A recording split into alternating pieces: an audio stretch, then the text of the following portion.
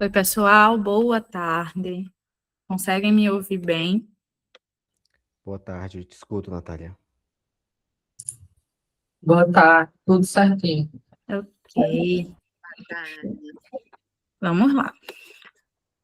Boa tarde de novo. Nós do PPGNEC fica muito feliz em ter a participação de vocês nessa tarde, né? Estamos em um microevento, né, de um momento maior, né? Este momento que a gente está agora faz parte da Semana Nacional do Cérebro. Esse evento, ele é desenvolvido anualmente pela SBNEC, né, que é a Sociedade Brasileira de Neurociência e Comportamento. Essa sociedade todo ano traz uma temática para ser abordado sobre o cérebro, para que nós possamos levar até vocês o conhecimento sobre o cérebro. E esse ano, nós do PPGNEC e também do Laboratório Lecopse, a gente vai estar falando sobre criatividade e regulação emocional, como é que o processo criativo ele pode ajudar em um cérebro campeão. E por que um cérebro campeão? Porque esse BNEC, ela trouxe essa temática esse ano, já que estamos em ano de Copa. A proposta é a gente levar o conhecimento da população, né, levar o conhecimento ao conhecimento de vocês, como o cérebro campeão ele se comporta. E por isso que escolhemos essa temática, tá? Eu vou compartilhar minha tela e peço que vocês digam se está aparecendo, se está tudo certinho, para a gente poder dar início. Ok. Então, como eu disse, a gente vai falar sobre criatividade e regulação emocional. Como é que o processo criativo, ele pode ajudar em um cérebro campeão? Para esse momento, estaremos eu, né, Natália Oliveira, Alena Tavares, Gabriela Gomes, Joel Jonathan e Leonardo Júnior, falando sobre o papel do cérebro, o papel das emoções, da criatividade, como tudo isso junto pode tornar o nosso cérebro campeão, tá? Nós fazemos parte do PPGNEC e também do LECOPS. E aí, nesse primeiro momento, a gente vai abordar um pouco sobre o cérebro, seu funcionamento e as nossas emoções, né? Como é que tudo funciona. E, a princípio, é importante ressaltar que o nosso cérebro tem uma forma natural de funcionar, né? Ele tem um processo natural, acontece um processo natural, e as nossas emoções, elas têm um papel de modulação dentro desse funcionamento. Então, o que a gente sente, o que a gente deixa de sentir, ela vai modular como pensamos, como criamos, como decidimos algo, como nos comportamos dentro de um contexto, dentro de uma situação. E aí, quando falamos do cérebro e do seu funcionamento, a gente tem partes do cérebro que vão ter respostas dentro da nossa resposta, dentro do nosso comportamento, né? A amígdala, ela é uma parte do cérebro, deixa eu ver se eu consigo aqui. Essa bem pequenininha aqui, ela tem o poder de detectar ameaça, seja uma ameaça real, né, física, ou uma ameaça em potencial, uma ameaça percebida. E essa detecção, ela gera respostas emocionais rápidas, né? Então, o sentimento de medo, de ansiedade, de angústia, de receio, a amígdala, ela faz esse papel de detecção e gera uma resposta, né? E ela também pode gerar uma resposta de sequestramento do pensamento, tá? Temos também o córtex pré-frontal, que é esse azulzinho aqui. Ele tem o papel de tomar decisões, fazer planejamentos, controlar as nossas emoções. Porém, quando ele está sob estresse, ele perde essa eficiência. A nossa capacidade de tomar uma decisão, de planejar, de controlar nossas emoções, ela declina, ela perde um pouco, a gente acaba perdendo um pouco dessa eficiência. Não é que a gente deixa de ter essa capacidade, está lá, porém, o estresse, a pressão, seja um estresse real ou em potencial, gera essa perca de eficiência. Temos também o hipocampo.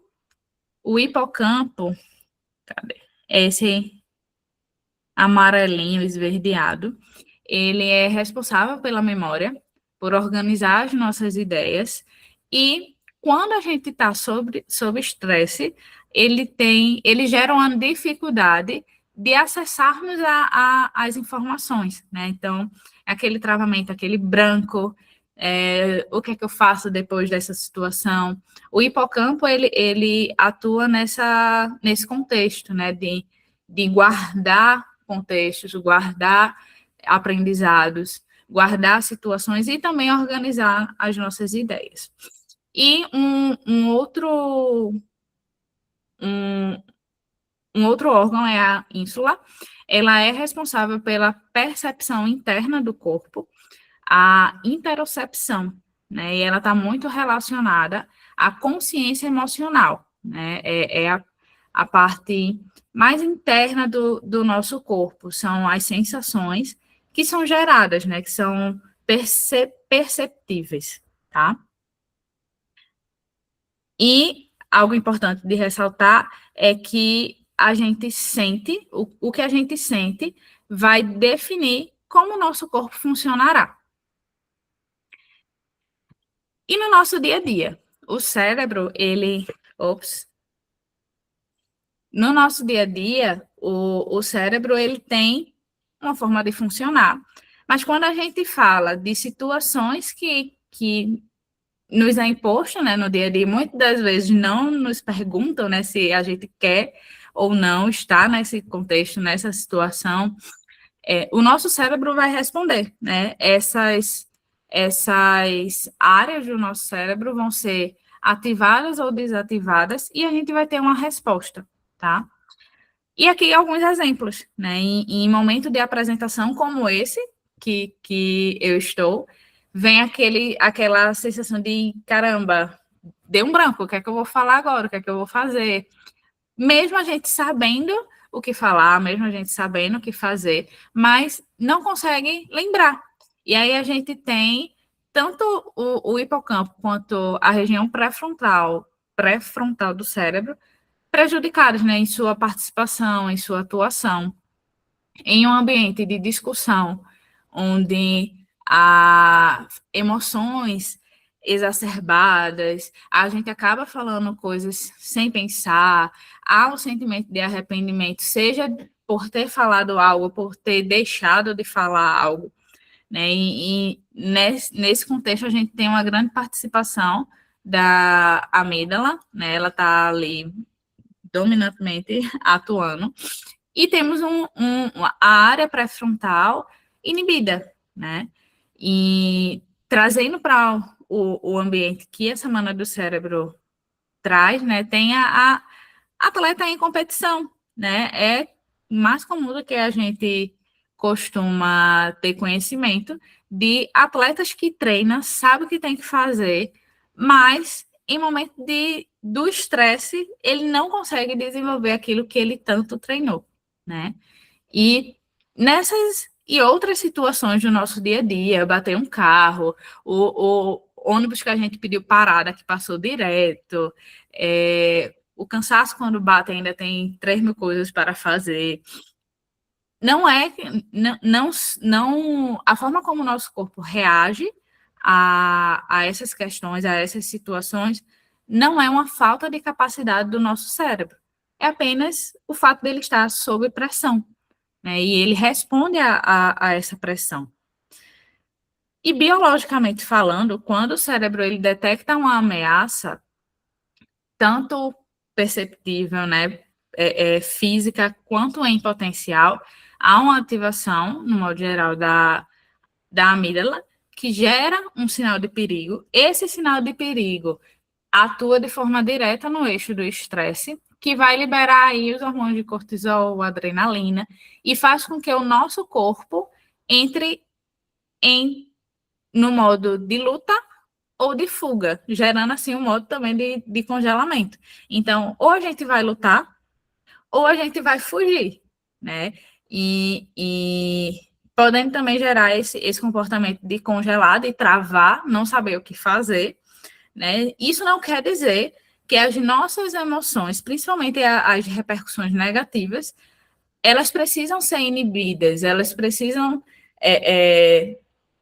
ser negligenciadas. Muito pelo contrário, a gente precisa entender que o nosso cérebro ele atua dentro de uma flexibilidade, né? E essa flexibilidade ela nos faz entender que a gente não pode eliminar, a gente não deve eliminar as nossas emoções, esse não é o caminho, mas a gente precisa aprender a regulá-las, né?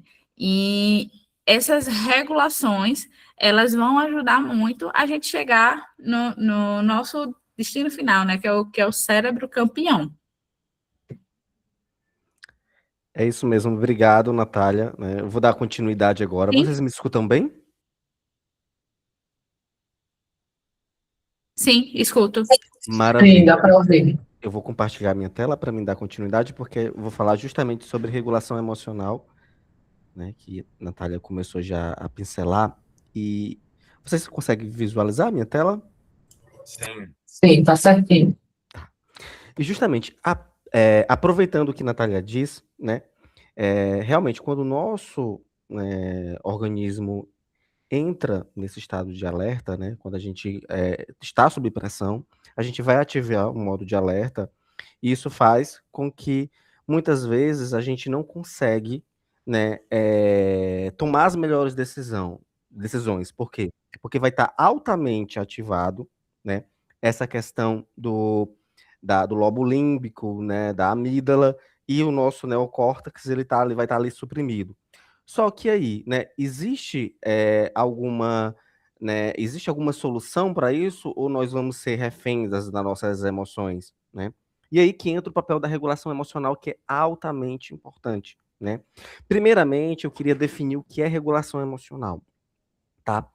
É importante ressaltar que regular não é o mesmo que suprimir ou esconder sentimentos, né? Muitas vezes, por exemplo, você vê alguém que não consegue expressar suas emoções e eles tendem a suprimir, essas pessoas às vezes até vista como uma pessoa que, né, é equilibrada, mas não, pelo contrário, né? Existem estudos que mostram que quando a gente tenta, né? Olha, gente, eu vou só parar para me aceitar umas pessoas, porque eu sou o host, tá? Eu vou precisar aqui aceitar rapidamente. Pronto, voltando para cá. Então, quando a gente, né, justamente tenta regular, né, tenta suprimir as nossas emoções, né, muitas vezes a gente por fora está até não demonstrando, mas isso não quer dizer que você está equilibrado, que você está regulando as suas emoções, simplesmente você está reprimindo. Então, por dentro vai ter ali todo um processo que vai alterar, né, da mesma forma como Natália falou, vai alterar justamente a questão vai ativar o sistema límbico, e você vai ter as reações emocionais. Então, a regulação emocional, ela não é um processo passivo, ela é um processo ativo, que envolve você monitorar a situação, você avaliar e você modificar a sua reação, né? Então, a regulação emocional, ela vai servir mais como um termostato que vai buscar manter a nossa homeostase para justamente manter a nossa funcionalidade.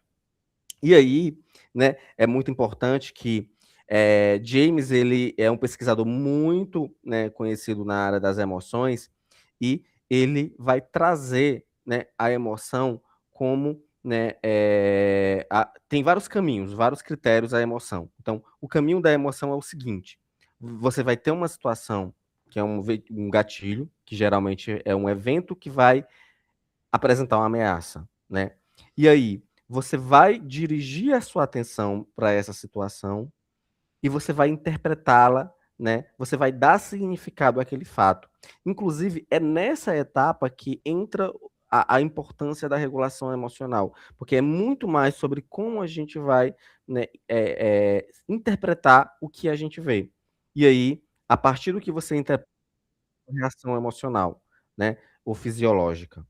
O James Gross, ele traz um modelo de processo para regulação emocional, onde o foco está no antecedente, está em a gente mudar, né, a interpretação antes da emoção fugir. Por exemplo, quando você está no trânsito, alguém te fecha, você pode simplesmente pensar, nossa, que cara idiota, né? E aí você vai sentir raiva, no qual vai ativar todo aquele processo, né, que foi explicado anteriormente. Então, né, quando a gente traz essa questão do processo de regulação emocional, você pode também pensar, por exemplo, não, ele só estava ali provavelmente numa urgência, o que já traz uma emoção mais neutra. Então, o foco, né, é no antecedência, em mudar a interpretação, para assim a gente conseguir alterar a nossa resposta emocional àquela situação. Então, quando a gente antecipa o significado, acaba sendo mais eficaz do que remediar a ação, do que depois de você tratar a emoção quando ela aconteceu. Então, quando você consegue ali reestruturar, né, essa interpretação que você dá para o fato ele continua o mesmo, mas a tua interpretação mudou e logo a tua reação emocional acaba mudando também. E aí, como é que a gente trabalha essa questão das estratégias e práticas cotidianas? Então, James ele vai trazer duas estratégias importantes. Primeiro é a reavaliação cognitiva, que é nada mais, nada menos do que você fazer uma reestruturação, você enxergar novos significados para o mesmo fato.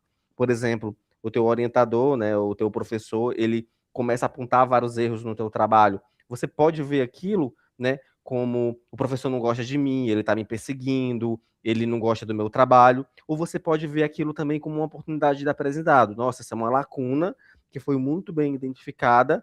Isso não é um erro, isso é um momento para mim aprendizado. Então, ou seja, para me aprender. Então, eu utilizo o próprio erro como um aprendizado. Às vezes a gente faz isso muito com a gente, né?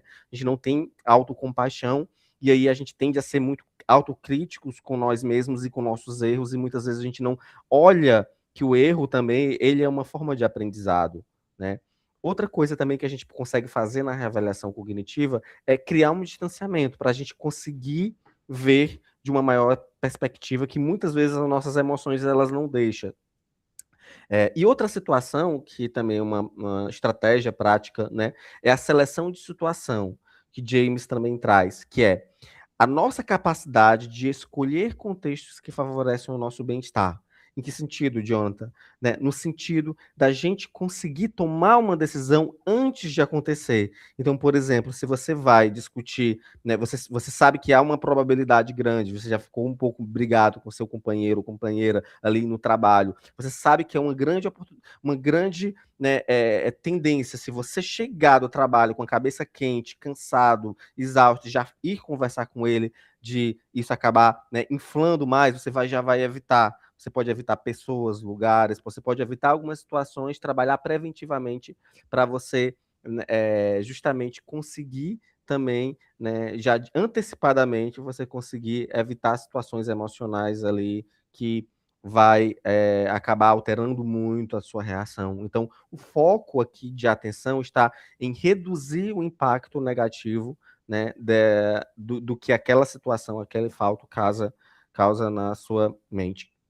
E aí, por que, né, isso cria um cérebro campeão? Porque quando a gente toma melhores decisões, quando a gente consegue, né, inibir mais o nosso lobo límbico, inibir mais a nossa amígdala, né, a gente consegue trabalhar mais com o córtex pré-frontal, a gente consegue ter menos desgaste, já que a gente está tomando melhor decisão, né? Você consegue preservar mais a saúde mental e ter mais clareza sobre os problemas.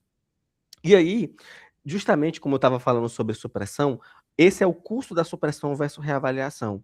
Quando você tenta simplesmente suprimir, né, as suas emoções, você tenta escondê-las, você vai aumentar o estresse cardiovascular, você vai tem toda uma reação também fisiológica que vai acontecer. E quando a gente tenta reavaliar a situação, a gente consegue preservar, né, e proteger mais essa energia cognitiva que poderia estar sendo gasta. Então, o cérebro campeão é algo que envolve menos desgaste fisiológico e mais clareza mental. E aí, qual é o próximo passo disso? Né? Então, primeiro, a regulação emocional em si, ela já é a base para a flexibilidade né, mental. E essa flexibilidade, né, ela traz esse equilíbrio interno que funciona como um combustível para a resolução de problemas. E quando a gente fala de resolução de problemas, a gente fala de criatividade. É importante a gente ter, né? Porque essa mente criativa para conseguir ali sair de problemas, resolução de problemas, resolver as coisas. Então, a solução vem daí, está na criatividade. Eu acho que agora a Lena vai conseguir trabalhar um pouquinho isso com a gente hoje, né? Trazer, né, essa ideia de criatividade que é muito importante também. Isso mesmo, Joel. Eu vou agora compartilhar minha tela e dar continuidade à fala de Joel sobre a importância da criatividade nessa regulação, né?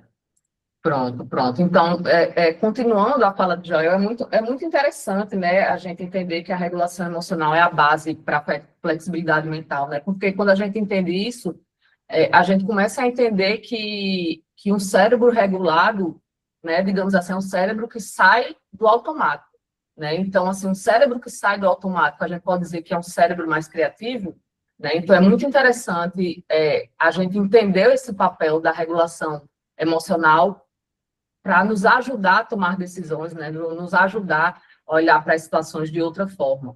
E aí, como o Joel falou, que a solução está na criatividade, né? Vamos entender o que é essa criatividade, né? Vamos entender qual é o papel dela e como é que o cérebro funciona dessa forma. Então, é muito comum, inclusive, muitos anos atrás eu ouvi muito sobre isso, né? Que a criatividade era um talento inato, assim, ou você nascia criativo ou você não nascia criativo, né? Então, muita gente ainda entende a criatividade dessa forma, né? Como uma expressão artística, né? Cantar, dançar, pintar, escrever, desenhar. Mas a ciência, hoje em dia, ela já entende a criatividade muito menos como esse dom místico, digamos assim, como aquele talento que ou você nasce com ou você nasce sem, e já enxerga mais como um fenômeno neurocognitivo específico, né? Um processo cognitivo. Então, para a ciência, a criatividade, ela significa produzir algo, mas não só produzir algo que seja novo, inovador e útil, adequado a um determinado contexto para resolver um problema específico, né? Então, entendendo o que é a criatividade, a gente vai entender como é que ela funciona no cérebro. E como a Natália falou no começo, assim como outros processos cognitivos, o processo criativo ele não vai ocorrer em uma única área do cérebro, né? Também se acreditava, muitos anos atrás, que um lado do cérebro era o responsável pela criatividade e o outro lado do cérebro era responsável pela racionalidade, digamos assim. Isso já foi desmistificado, né? Hoje a gente sabe que o processo criativo, como eu falei, assim como os processos cognitivos, ele demanda que várias regiões cerebrais conversem entre si e trabalhem, né, de forma conjunta para que esse processo seja otimizado. Então, quando a gente fala do processo criativo, a gente fala principalmente de 3 redes cerebrais, né, a rede de modo padrão, rede de controle executivo e a rede de saliência. Mais na frente eu vou explicar um pouquinho melhor papel dessas redes em cada momento do processo criativo, porque define-se que o processo criativo, né, alguns estudos trazem que o processo criativo ele tem essas 2 etapas. Fase de geração de ideia, que é o brainstorm, e a fase de avaliação e refinamento, que é quando você vai passar uma peneira nessas ideias que estão surgindo. Então, nessa primeira fase, deixa eu trazer. Nessa primeira fase, que é a fase de geração de ideias, a fase do brainstorm, essas 3 redes vão trabalhar como um time, né? E assim como um time, cada jogador tem sua função, tem seu papel.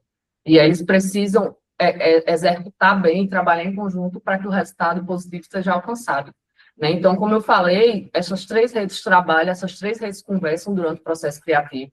Então, nessa primeira fase de gerar ideias, a rede de modo padrão, que é a rede que a gente chama de rede de devaneio, né? Uma rede que as pessoas acreditam muito ser a rede mais ativa naqueles processos introspectivos, né? Quando você não está olhando para o lado externo, digamos assim. Então, nessa primeira etapa, essa rede de modo padrão, ela assume o controle, né? Ela assume o papel principal, que é para a gente poder mergulhar na memória, no conhecimento, gerar pensamentos espontâneos e várias ideias, né? Ideias diversificadas. Enquanto isso, a rede de controle executivo, que é uma rede mais envolvida em processos cognitivos mais complexos, digamos assim, né, tomadas de decisão, né, então, nesse momento de gerar ideias, essa rede está um pouquinho suprimida, ou seja, ela está ali, não está como papel principal, digamos assim, porque quando essa rede é suprimida, ela permite que a intuição flua sem aquele filtro crítico de estar barrando ideias que podiam ser boas ideias, digamos assim, né? E, ao mesmo tempo, a rede de saliência, que é aquela rede que ela separa estímulos salientes, relevantes, digamos assim, de estímulos não salientes, não relevantes, também está atuando nessa fase de geração de ideias, e ela atua monitorando o que vai surgindo, né? Então, ela vai identificando, assim como eu falei, o que é relevante, o que é emocionalmente importante ou não, né? E aí, passando dessa fase de geração de ideias, a gente entra...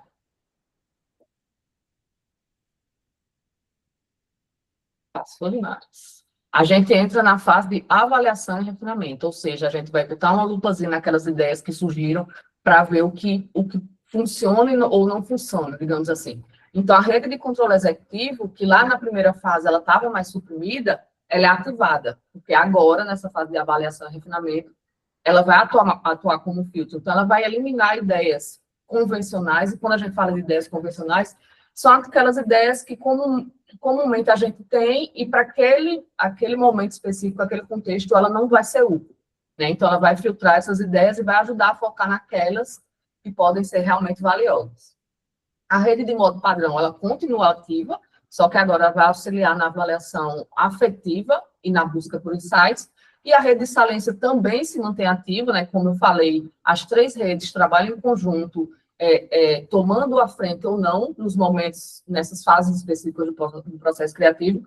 Então, a rede de saliência ela vai manter esse papel de interruptor neural. Ela vai coordenar entre gerar ideias livres, né, que é a rede de controle executivo, ou a rede de modo padrão, né? Então, ela vai alternar entre gerar ideias livres e entre o foco dirigido para avaliar e refinar essas ideias. Então, quando a gente se pergunta, né, muita gente se pergunta, inclusive, o que é que faz um cérebro criativo ou não? Não é se a criatividade não é um talento inato, se ela não nasce com a gente, o que é que torna o cérebro mais criativo?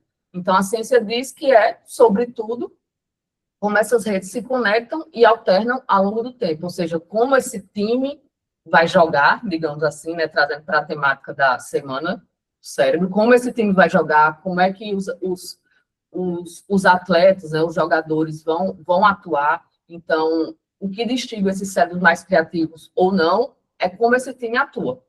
E aí, quando a gente entende que a criatividade é um processo, né, a gente traz esse olhar mais cognitivo para ela. E a gente se pergunta, ok, é um processo cognitivo, neurocognitivo, mas no cotidiano, como é que a gente usa?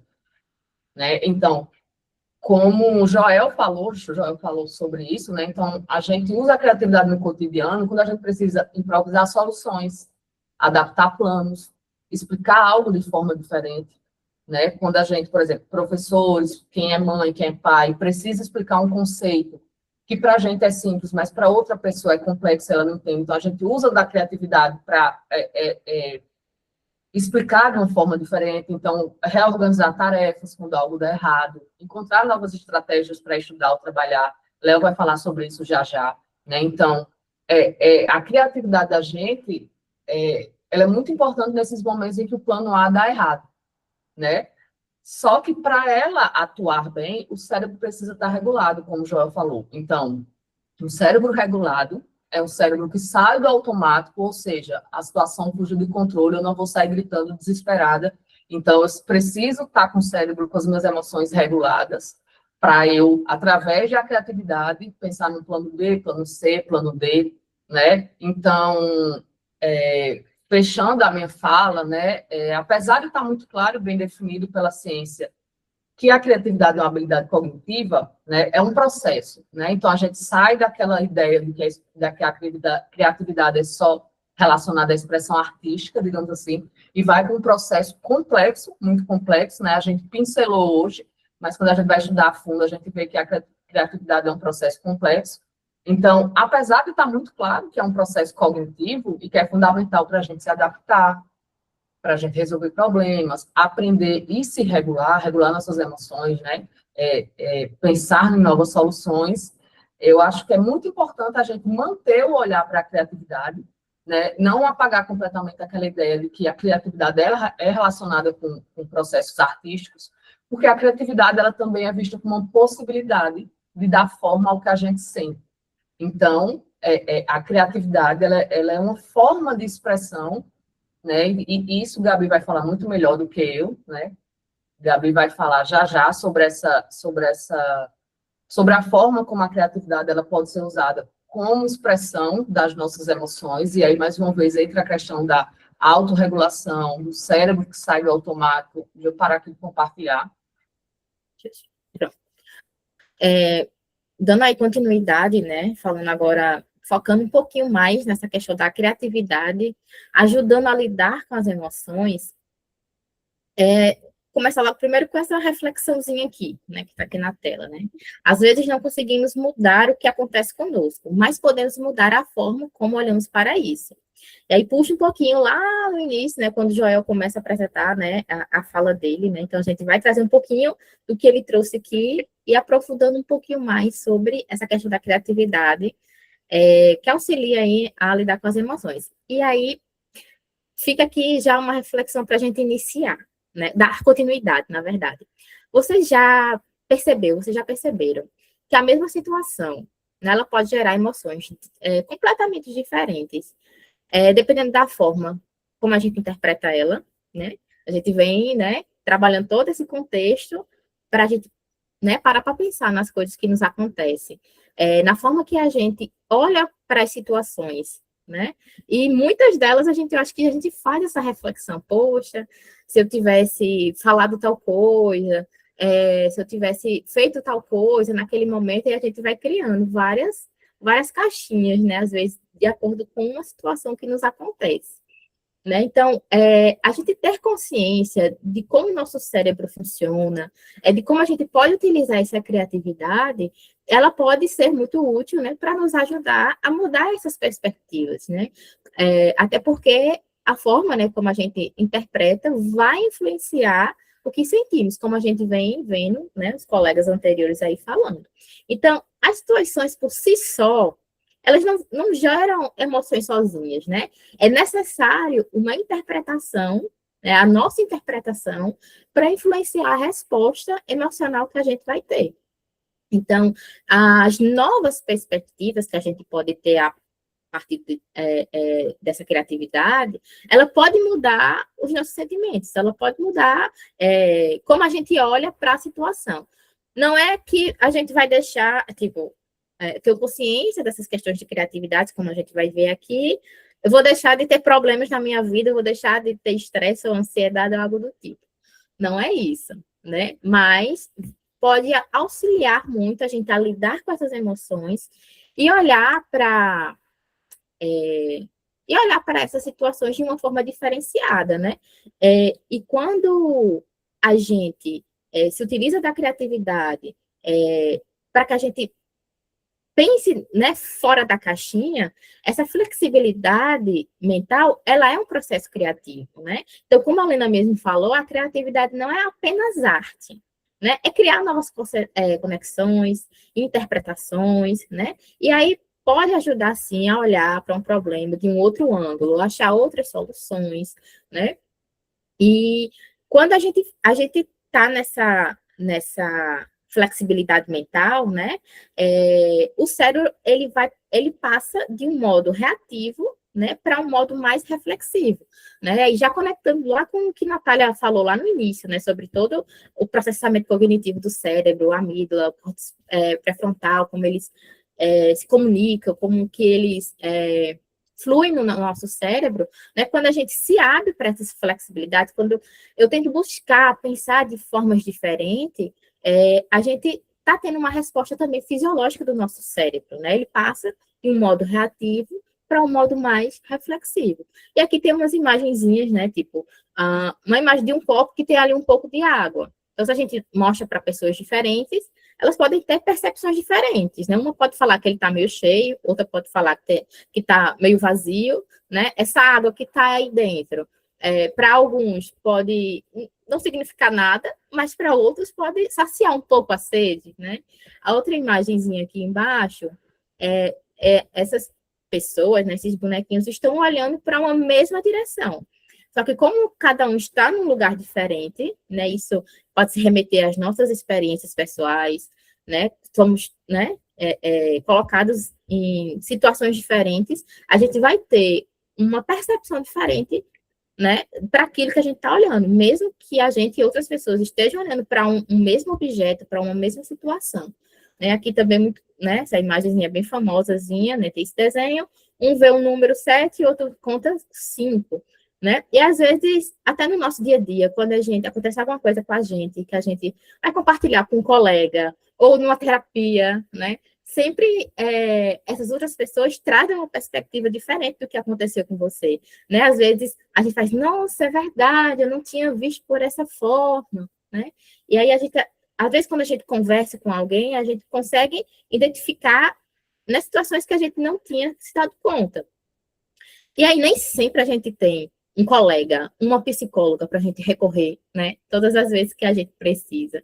E aí a gente pode recorrer às técnicas, né? E uma delas, envolvendo a criatividade, é a expressão, né? Então, a expressão, ela é uma forma, é uma atividade que vai nos ajudar a organizar pensamentos, ela ajuda a externalizar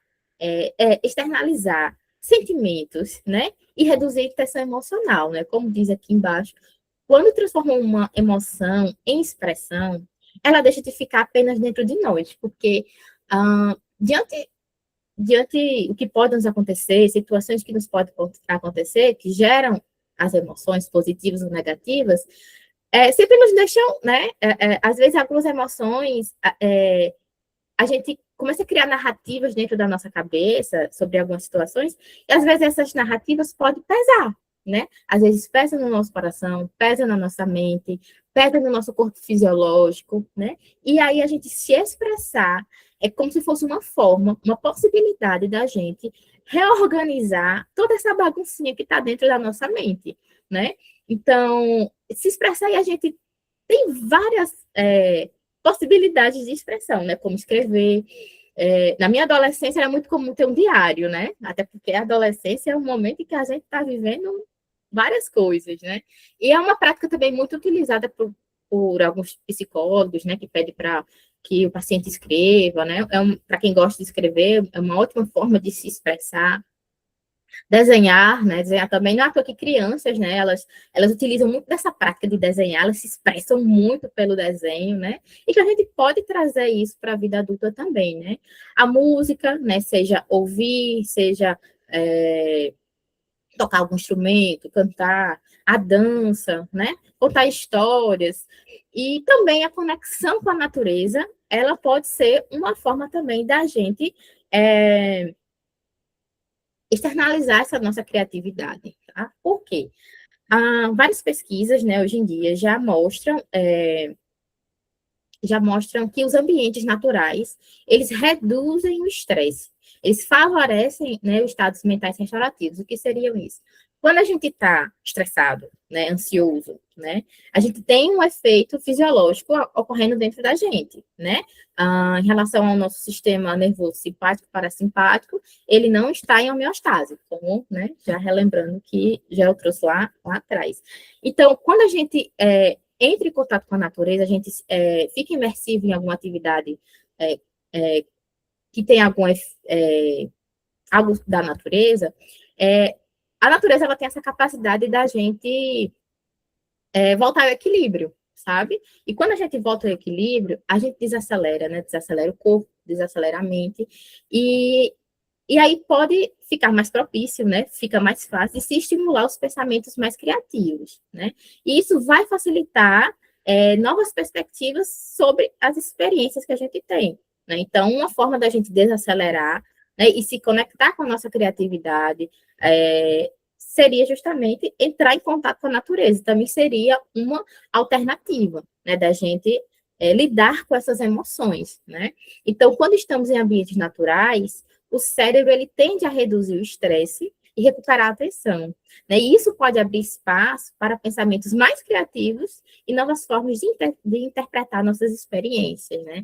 Então, também vai ter várias pesquisas científicas que mostram a importância também das crianças, desde cedo, serem expostas à natureza, porque isso também ajuda elas a lidar com as emoções que elas estão começando a descobrir, né? E Isso também tem um efeito muito positivo lá na vida adulta também, né? Então, temos todas essas possibilidades, né? Então, a criatividade, ela está muito associada também a prevenções, né, em relação ao bem-estar, né? Porque ela reduz o estresse, melhora a regulação emocional, aumenta o bem-estar, favorece a reflexão e autoconhecimento, né? Então,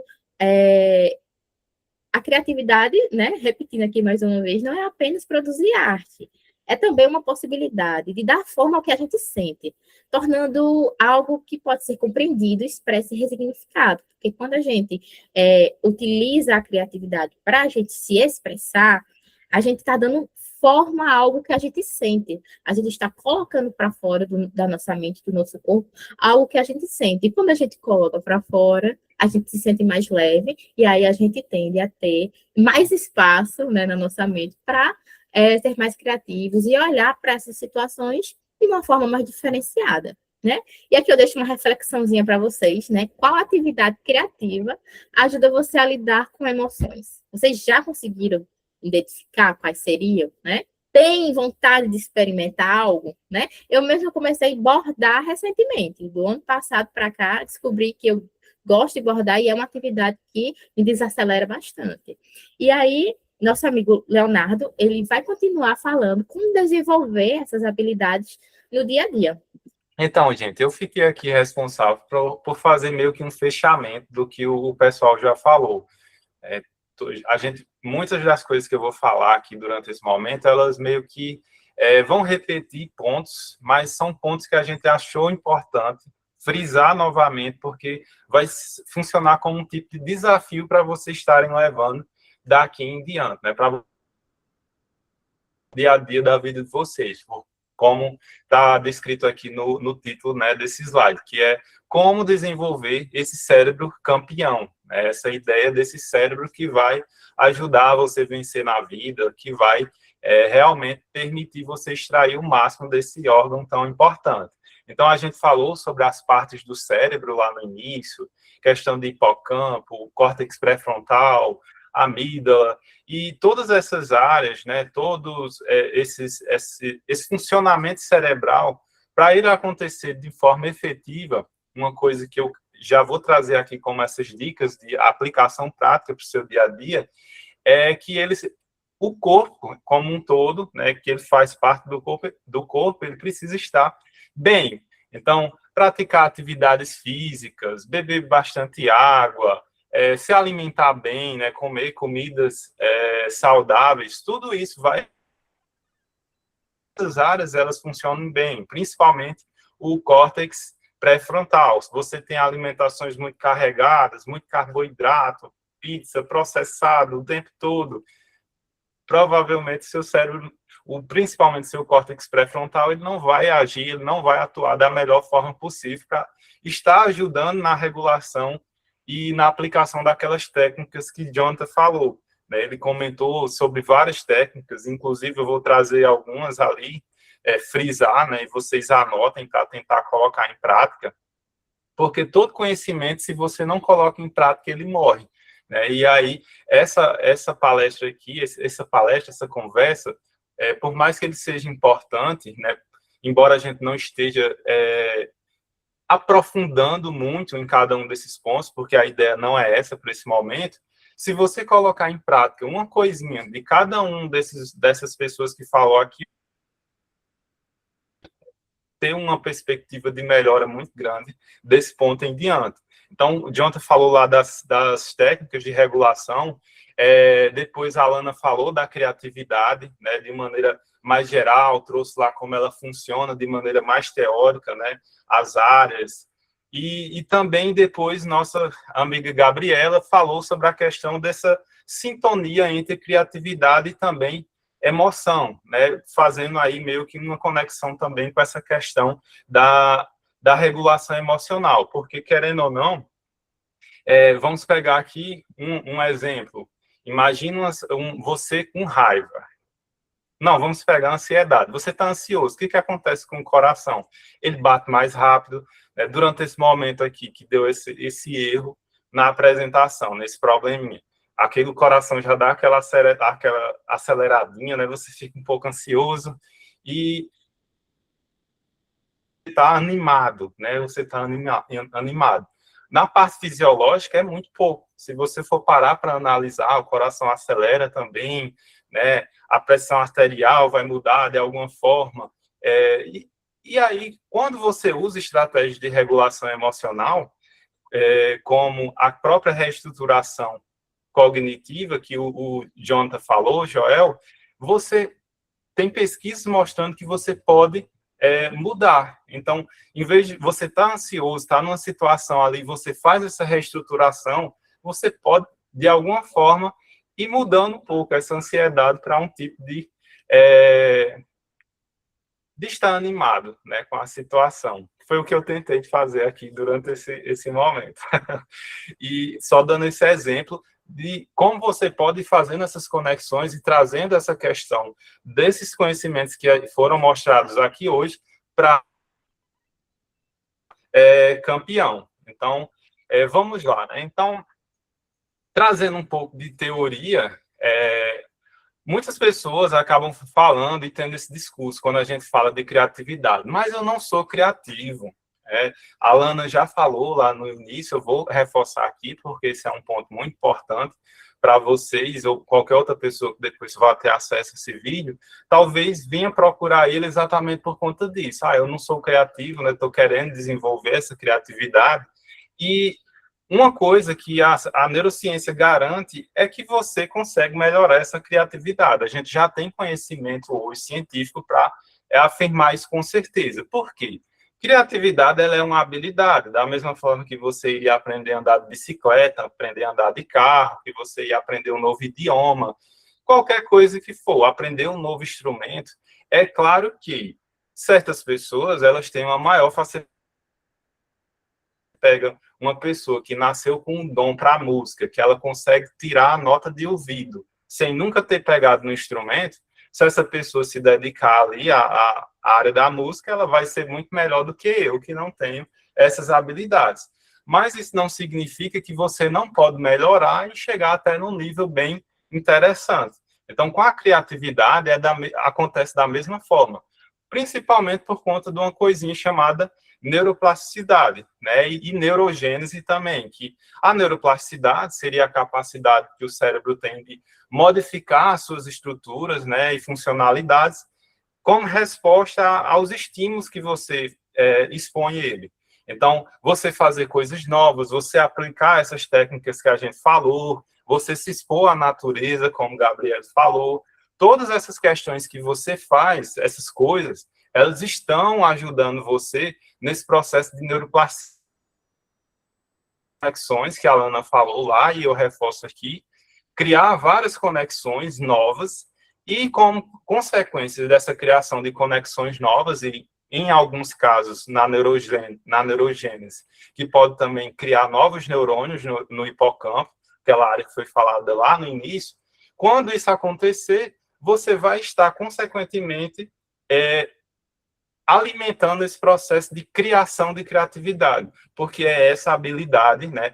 É uma das coisas que a gente quer que vocês saiam daqui hoje, que criatividade é uma habilidade que você vai estimular ela por meio de várias coisas que você pode estar executando no seu dia a dia.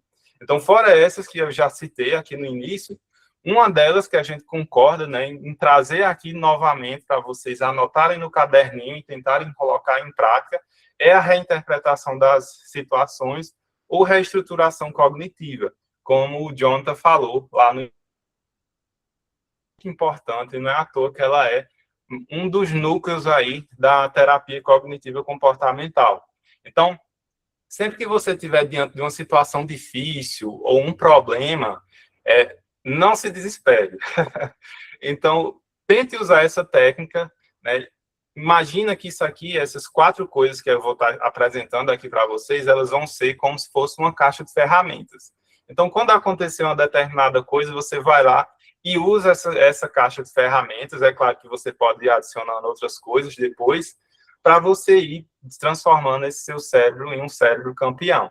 Então, exemplos de questionamentos que você pode se fazer e depois você pode estar adicionando outros. Então, existe outra forma de entender essa situação, se você não está compreendendo aquele... Digamos que você viu alguma coisa que durante a apresentação você não entendeu. Existe outra forma de pesquisar na internet, eu posso perguntar a um professor, eu posso falar, enfim. Ou então, o que eu posso aprender com isso? Digamos que você passou com uma situação difícil, então, minha câmera deu problema aqui. O que eu posso aprender com essa situação? É uma coisa simples, né? Mas tem uma forma.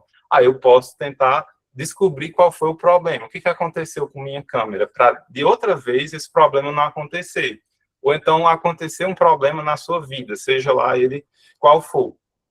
Por mais que seja difícil a situação ou ruim, isso é uma crença que eu tenho para mim, e entra nesse processo de reestruturação também, ou interpretação das situações. Eu acredito que toda situação ela traz uma lição. E se você consegue captar essa lição, por mais que a situação ela foi difícil, você vai sair dali com algum ganho, né? Então, essa é uma questão que você pode fazer também, né? Um exemplo. Ou então, situação, digamos que tem uma pessoa que você admira, né? E ela é uma pessoa bem articulada, que tem uma facilidade assim para encontrar soluções para problemas, e você conhece bem ela.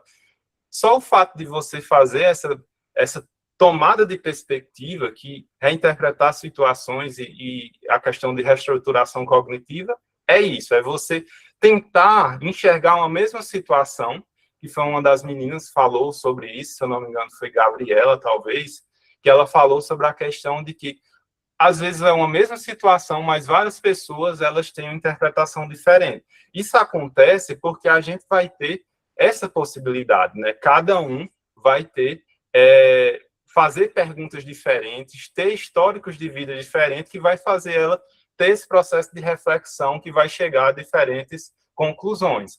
Então, quando você diz, como fulaninho interpretaria esse... Às vezes você consegue destravar uma situação que você não está conseguindo resolver. Então, aí, outro exemplo aqui, só para ficar mais concreto, né? Então, imagina que você recebe uma crítica. E aí, nessa situação, você pode interpretar isso como um ataque pessoal ou feedback para uma melhora. Então, a forma que você interpretar essa situação, como o Jonathan falou, ele vai mudar completamente como você se sentiu, né? Ou vai se sentir nessa situação. Em uma, se você encara como um ataque pessoal, você vai ficar com raiva, talvez fique triste com a pessoa, isso vai gerar comportamentos como evitar aquela pessoa, não querer frequentar mais ambientes que ela está. Mas se você encara como um feedback, às vezes, mesmo que você não goste daquela forma que a pessoa falou, mas você encara, mas realmente tem esse problema, isso é algo que eu posso melhorar, você vai extrair algo de positivo dali, mesmo que você não tenha gostado, talvez. Eu acho que foi o Jonathan que falou, deu o exemplo do orientador, do professor, que fez algumas críticas. Outra coisa que a gente fala aqui, que a gente traz para vocês, é pensar em múltiplas soluções. Ele está bem relacionado a essa questão da reestruturação cognitiva, mas tem uma nuance diferente, porque isso seria meio que um hábito de vida. Então, treine o seu cérebro a se perguntar, né? Sempre tente quantas soluções diferentes existem para esse problema. Inclusive, em pesquisas de criatividade, se eu não me engano, tem algumas coisas desse tipo, onde eles pegam a mesma situação e pedem para a pessoa gerar vários tipos de soluções para aquele mesmo problema. Ou então, se a solução, óbvio, não funcionar, então, se o plano A não funcionar, qual seria o meu plano B, meu plano C, outro exercício de criatividade, não do ponto de vista de ficar neurótico, mas como um desafio, né? Porque tudo, uma questão muito importante é isso, a forma que você encara aquilo que você está fazendo. Então, você fazer, né, gerar várias alternativas, como essa, né, essa proposta que a gente faz para vocês, vai ajudar o cérebro a sair desse processo de travamento, que às vezes a pessoa que acha que eu não sou criativo tem, e pensar com mais flexibilidade cognitiva, né, que aí é uma das coisas centrais na criatividade. Então, exemplo aqui, digamos que você precisa estudar, mas está sem motivação. Então, aí o que eu posso fazer, né, para contornar, melhorar, resolver esse problema? Eu posso mudar o ambiente de estudo. Estou estudando em casa, eu vou estudar na universidade ou na casa de fulaninho. Eu vou dividir as tarefas em partes menores. Eu vou chamar... porque quando eu estou com outra pessoa, eu me motivo melhor. Então, isso são todas formas de fazer isso aqui, de pensar em múltiplas soluções. Isso aqui seria uma lista que você poderia gerar para alguma situação, ou então começar por a parte mais fácil. E aí você executa. Digamos que você executa 2 estratégias dessa de uma vez, ou então uma dessas já resolveu. Isso seria uma forma de usar a criatividade a seu favor para resolver esse problema da motivação, nessa situação específica.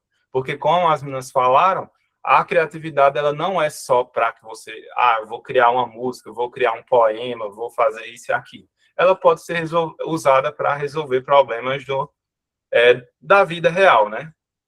Então, outra coisa que é muito importante, e essas técnicas, como vocês podem ver, elas vão se relacionando. Escrever para organizar pensamentos. Isso ajuda muito, como eu não sei quem falou, né, na terapia, alguns terapeutas recomendam, né, esse tipo de utilização, e ela realmente é boa porque ela pode ajudar a organizar ideias, entender emoções, né, que foi o foco que foi dado anteriormente, encontrar novas perspectivas. Então, perceba como essa técnica aqui, ou essa habilidade, ela vai influenciar as anteriores que a gente falou, né? Então, você, para encontrar novas perspectivas, você vai estar tocando no ponto 2, que a gente acabou de falar.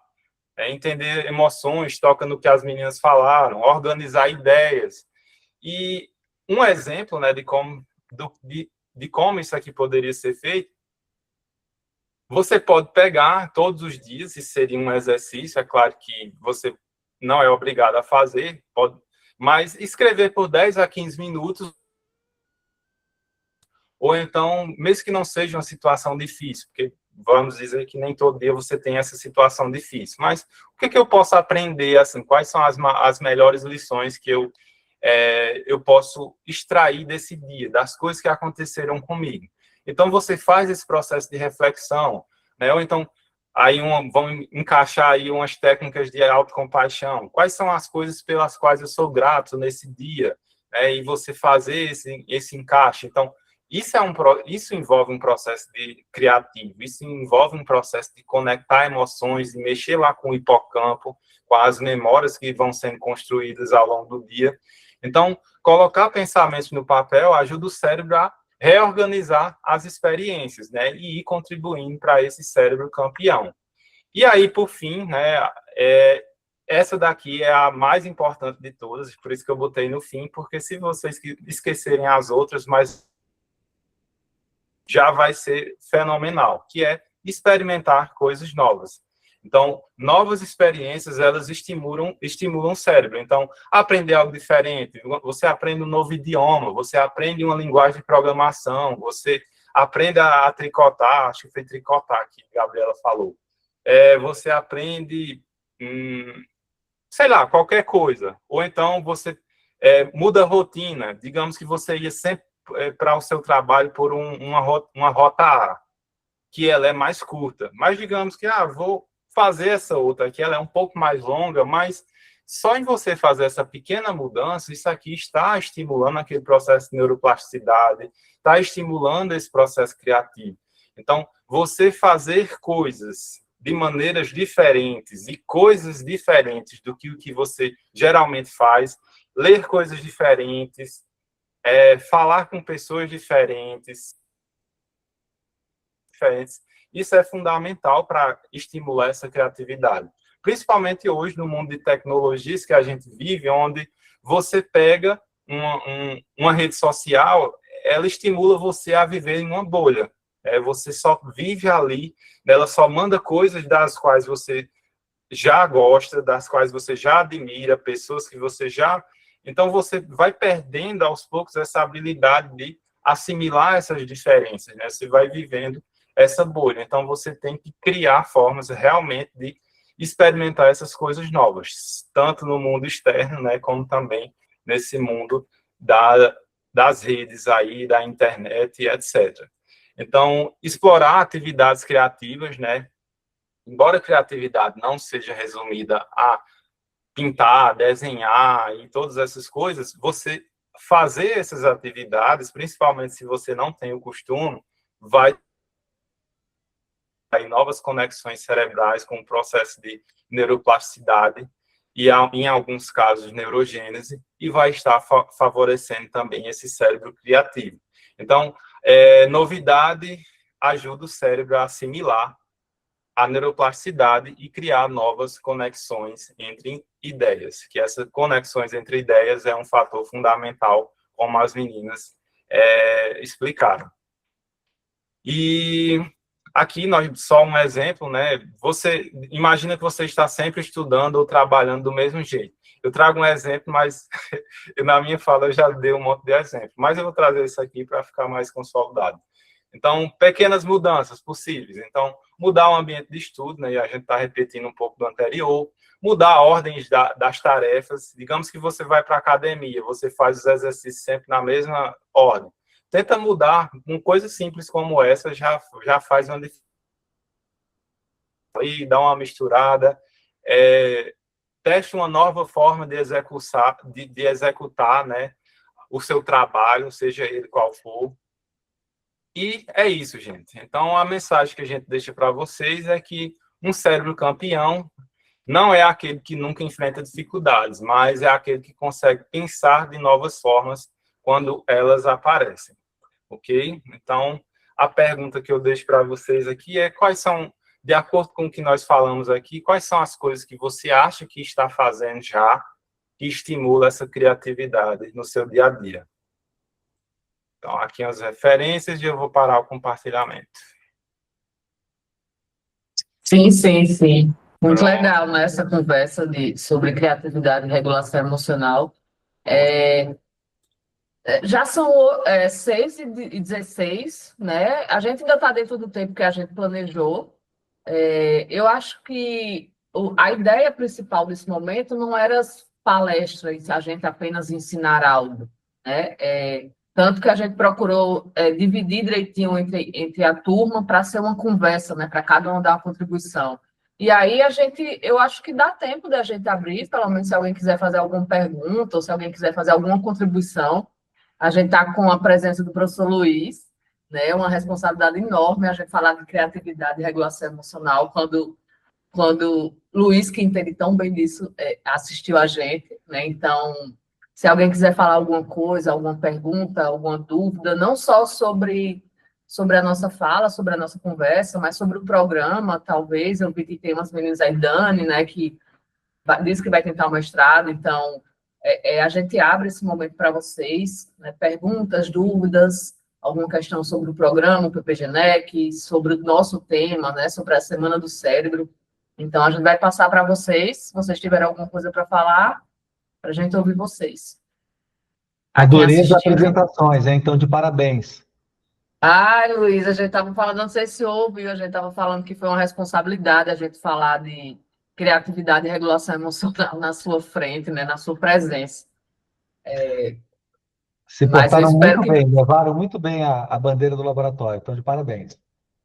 Pronto, vai ficar gravado, eu não sei se o senhor estava no começo, né, que o Joel falou, vai ficar gravado, a gente vai subir lá no site do Lecops, né, porque a gente entende que não é todo mundo que consegue estar presente, mas a gente vai deixar disponível para até do pessoal do próprio laboratório, da Liga, né, que o Gabriel estava aqui também, quem quiser compartilhar com os colegas de turma, de mestrado, de doutorado.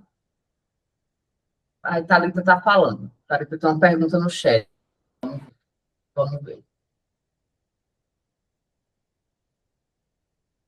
Deixa eu ler para vocês, né? Thalita perguntou se tem algum ponto em que a criatividade pode ser prejudicial na performance cognitiva do dia a dia.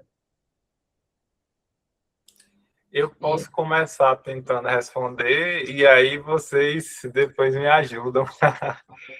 Tá. E o professor, se o professor está aí, né? Quem Isso, tem o domínio isso. do assunto, mais do que a Isso. gente, se ele quiser colaborar também. Mas Isso, o Léo vai explicar um pouquinho. Então, eu não sou especialista no assunto.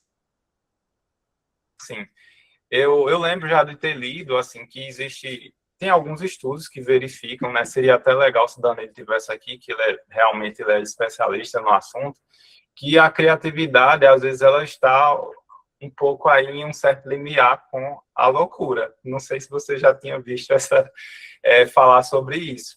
Então, foi o que me veio à mente quando você falou. Né? Pessoas que são, por exemplo, Mozart, e você pega esses caras assim que eram muito criativos, só que assim está voltado um pouco para esse lado do artístico. E aí eles eram muito criativos, são muito criativos, né? Alguns até com algumas questões de transtornos psicóticos, etc. E essa criatividade vinha com essa coisa dupla, né? Ao mesmo tempo que ele era muito criativo, essas pessoas eram muito criativas, elas tinham aí vários problemas de ordem psicológica associados. Então, quando você pergunta aí se tem algum ponto que a criatividade pode ser prejudicial, eu pensaria nesses casos, né? Não sei se seria bem isso, Pode falar, Jonathan. E já que o Léo tocou nesse ponto, né, sobre a loucura, é interessante também que, será que, né, até que ponto a criatividade, ela permite você devanear, e a questão do delírio, que seria, né, duas questões não, mais o delírio que está relacionado à loucura, né, que seria, tecnicamente, a esquizofrenia. E aí, eu acho que vale a pena entender um pouquinho o que é criatividade, né?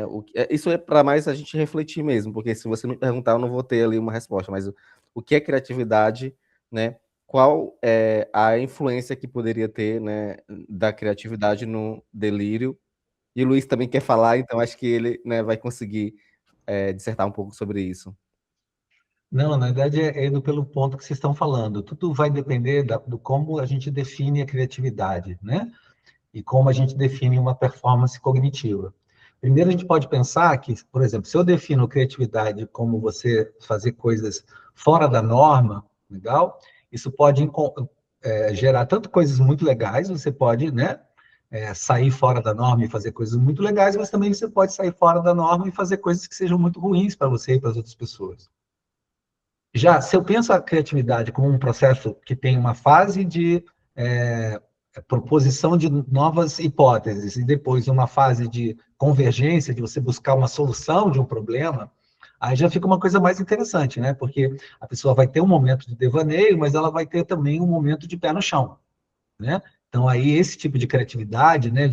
E aí você pode pensar pessoas, por exemplo, o cara que inventou a lâmpada, Thomas Alva Edison, o cara que registrou milhares de patentes, né? Ele era um cara extremamente criativo, mas também um cara extremamente pé no chão, né? Vamos dizer assim. Né? O Pasteur, e vários cientistas. Por último, que esse é um assunto muito interessante, você pode pensar também o seguinte: imagina que você quer fazer algo muito rápido, certo? Se você quer fazer algo muito rápido, o ideal é você não ser criativo. Porque criativo implica em você, não, mas e se eu fizesse assim? Se eu fizesse assim? Se eu fizesse assado? Aí já era, né?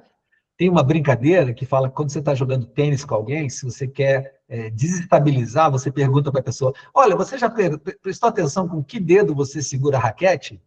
Cara, se a pessoa começar a fazer isso, ela começa a perder bola, sabe? Porque ela começa: olha, e se eu segurasse o dedo assim e o dedo assado?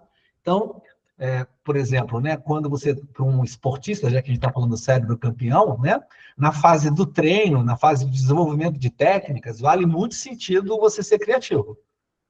Agora, se você está numa competição, principalmente uma competição muito rápida, 100 metros rasos, sabe? Você tem que simplesmente fazer aquele... Se você ficar devaneando, já era. Então, resposta, né? Sim e não, né? Fiquei em cima do muro, não é verdade? Mas eu acho que quando a gente fala do cérebro, eu acho que é sempre aquela coisa, depende, né? Sim e não. Né? Eu acho que tem muito essa perspectiva quando a gente fala de processo cognitivo, da mente, do cérebro, das decisões. Muito legal. Então, a gente acha que não tem mais... Então, né, Luiz, quer quando falar? tem um deadline estressante, né? Quando tem um deadline, né? Aí você tem que fazer bonitinho, seguir o roteiro, mandar ver, e aí depois é que vocês pensam em ser criativo. E eu vou fechar aqui, que está na hora já de terminar, né, galera? Desculpa aí. Não, tá ótimo, Tranquilo. professor, foi ótima a contribuição. Foi muito boa essa conversa, né, gente?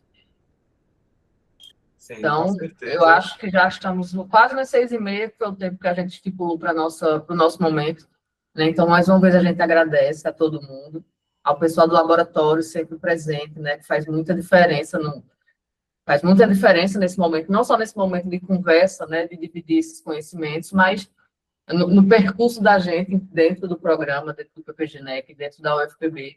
Então, mais uma vez, obrigada a todo mundo por ter ficado esse tempinho com a gente. Não sei se os outros palestrantes querem falar alguma coisa.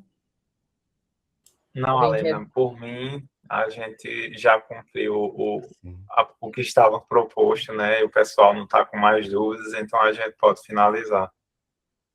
Pronto, então ótimo. Então vamos finalizando por aqui, vai ficar gravado, quem quiser assistir depois, quem quiser enviar para alguém, né? Se alguém tirou foto ou print, o que quer que seja, e for postar no Instagram, marca o PPGNEC, marca o LECOPS, marca o UFPB, marca a Semana do Cérebro, né? Porque essa Semana do Cérebro é um evento de divulgação científica, então é importante a gente compartilhar, a gente se marcar, a gente divulgar.